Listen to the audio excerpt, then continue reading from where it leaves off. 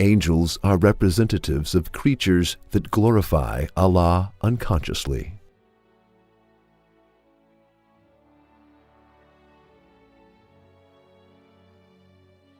Whoever leaves his personal thoughts aside and looks at the universe with attention will see the universe as a huge mosque and find the creatures within it worshipping peculiar to them. The sun is a lamp and stove of this mosque. The moon is its lampion, and the stars are candles of it.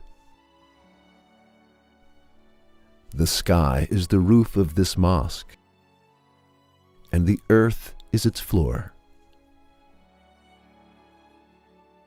This is such a mosque that other than humans and some savage animals, none go beyond their limits.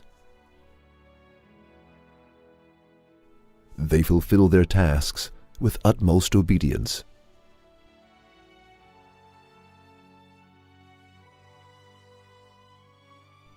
There are two kinds of creatures within this mosque.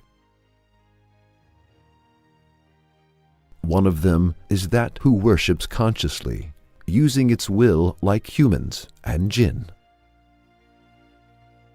The other group are those who are lifeless and who worship unconsciously, like stones, mountains, and the sun. It should be known at first that when lifeless fulfill their duties that are assigned to them, they are regarded to worship.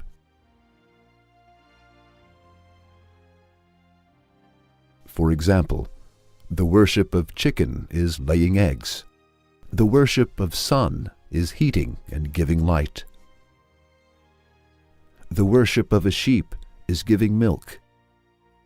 And the worship of a bee is making honey, and so forth. Besides, all of them have a peculiar way of dhikr and glorifying. They perform this unconsciously.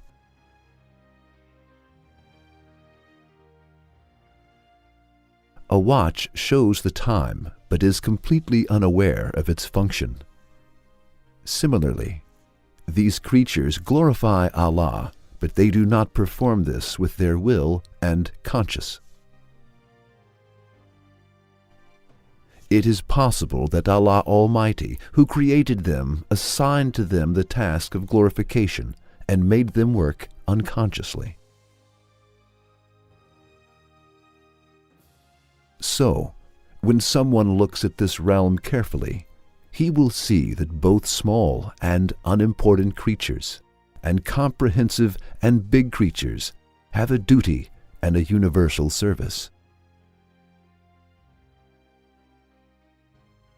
In example, a flower glorifies the names of Allah with its tongue of disposition, by displaying the embroidery and art within it.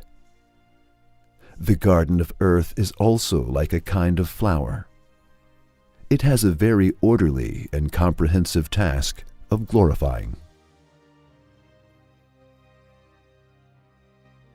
A flower has a declaration and glorification of Allah for its existence in its order. In the same way, a large tree has an orderly duty and worship with all of its organs, like its branches, leaves, and flowers.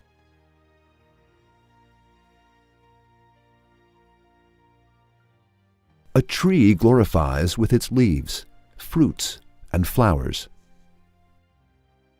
Similarly, the huge sea of skies glorifies Allah Almighty and praises its glorified artist with its sun, stars, and moon, which are like its words, and so on.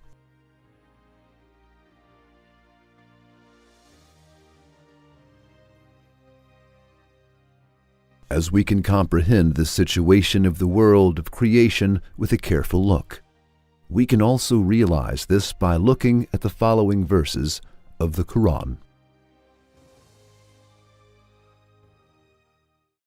The seven heavens and the earth and all beings therein declare His glory. There not a thing but celebrates his praise. And yet ye understand not how they declare his glory. Verily he is oft forbearing, most forgiving. It was we that made the hills declare, in unison with him, our praises at evident tide and at break of day. And the birds gathered in assemblies, all with him did turn to Allah.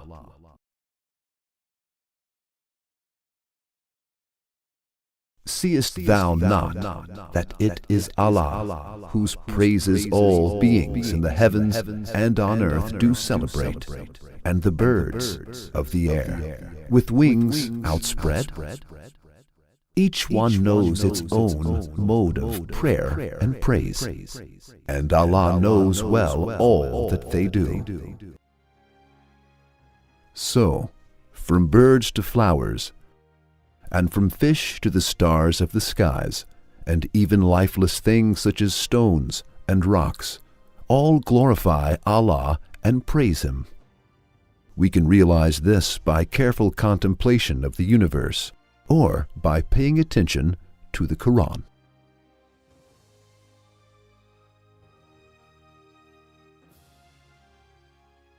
Thus, angels are appointed with the task of representing the glorifying of the unconscious beings of the universe.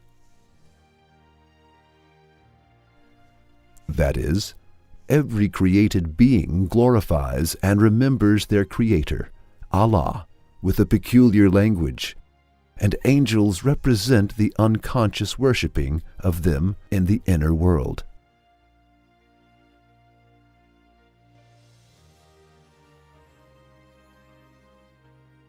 For this reason, it can be said that all unconscious beings that are in the state of glorification prove the existence of the angels, who represent their own glorifications.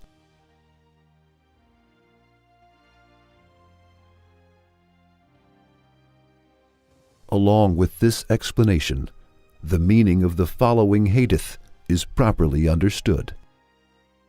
The Prophet Muhammad, peace be upon him, states the following: There are some angels who have 40,000 heads, and in each head are 40,000 tongues, and with each tongue they utter 40,000 divine glorifications. Yes, since there is an appointed angel at the head of every creature that is either lifeless and unconscious, and that angel represents the glorifications made by that being in the inner world and presents its worship to Allah, the existence of angels, as the Prophet informed us, is indispensable and reasonable. For example, a tree has branches up to 40 in the form of heads. In every head, that is, every branch, there are 40 flowers in the form of tongues. Those flowers have orderly thin fringes, colors, and art.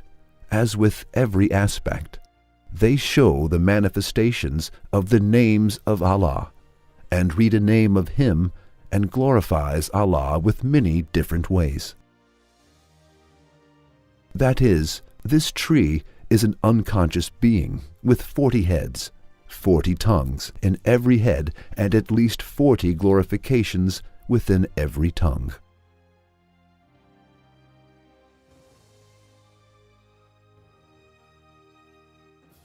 Is it at all possible that Allah, who is the wise artist of this tree, should assign it so many duties and glorifications, and should not create an angel that is proportionate to the form of that tree, knowing its meaning, expressing that meaning, and declaring it to the universe consciously, and presenting Allah its glorification?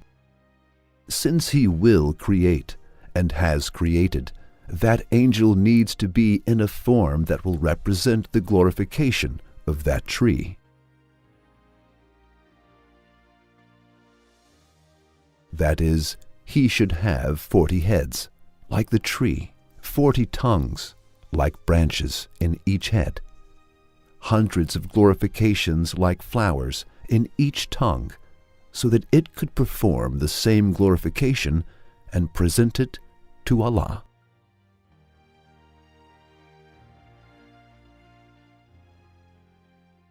Now, let us have a look at this lifeless and unconscious mountain. There are 1,000 trees on it. That is, this mountain has 1,000 heads. There are 100 branches on each tree. That is, this mountain has 100,000 tongues in its 1,000 heads. There are hundreds of leaves and flowers on each branch of that tree. That is, this mountain has millions of glorifications. Yes, if this mountain has 1,000 trees, 100 branches on each tree, and 100 leaves and flowers on each branch, it is a creature with 1,000 heads, 100,000 tongues, and hundreds of glorifications in each tongue.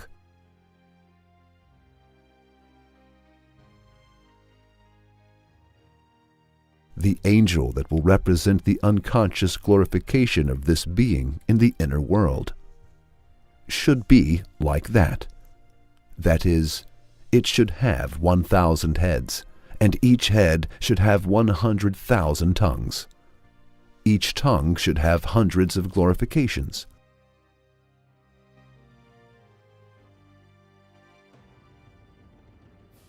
Now, think of the greatness of the angel that will represent the glorifications performed by the world.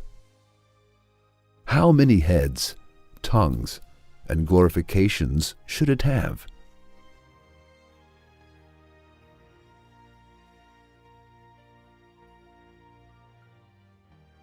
And think of the greatness of the angel that will represent the glorifications performed by the Milky Way galaxy. There are 300 billion stars in our galaxy. That is, the angel that will represent our galaxy should have 300 billion heads. It should have as many tongues as the beings within each star. It should have as many glorifications as the organs and parts of each being.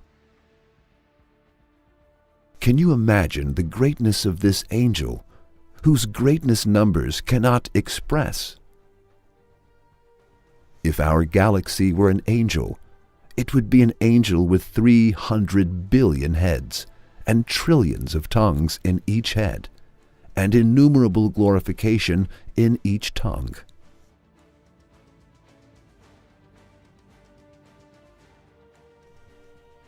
The majestic Creator, who created our galaxy in such a magnificent form, definitely created the angels that will represent the glorifications of our galaxy in that magnificent form.